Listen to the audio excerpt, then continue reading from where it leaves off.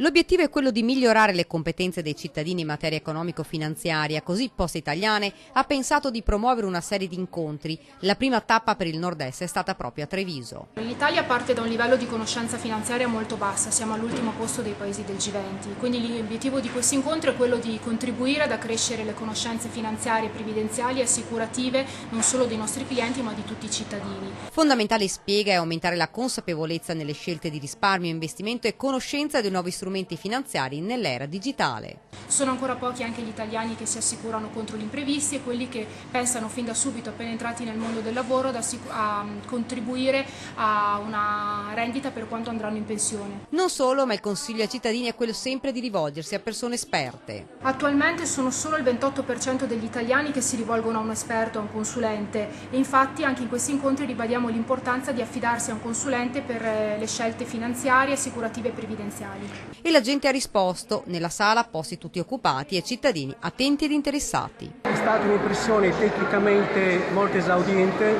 molto precisa, abbastanza chiara. Ecco, penso che una media popolazione italiana possa capire tutte le eventualità di investimenti, di risparmio all'occorrenza. La presentazione è stata molto esaustiva, anche se sinceramente devo dire che quasi tutte le parti le conoscevo abbastanza bene.